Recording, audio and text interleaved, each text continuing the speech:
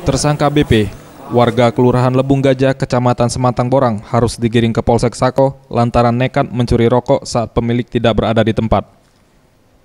Kompol Ahmad Firdaus, Kapolsek Sako mengatakan, kejadian berawal saat korban yang saat itu hendak membuka warung. Usai warung dibuka, pemilik warung masuk ke dalam rumah.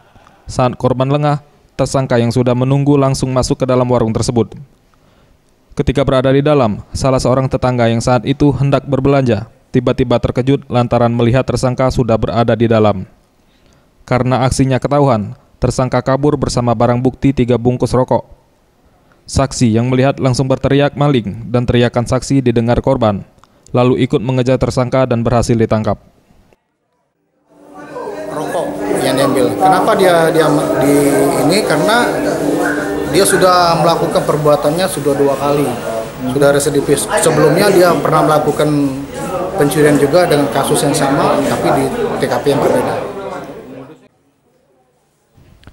Atas perbuatannya, tersangka dijerat dengan pasal 363 KUHP dengan ancaman penjara minimal 7 tahun penjara dan maksimal 9 tahun penjara.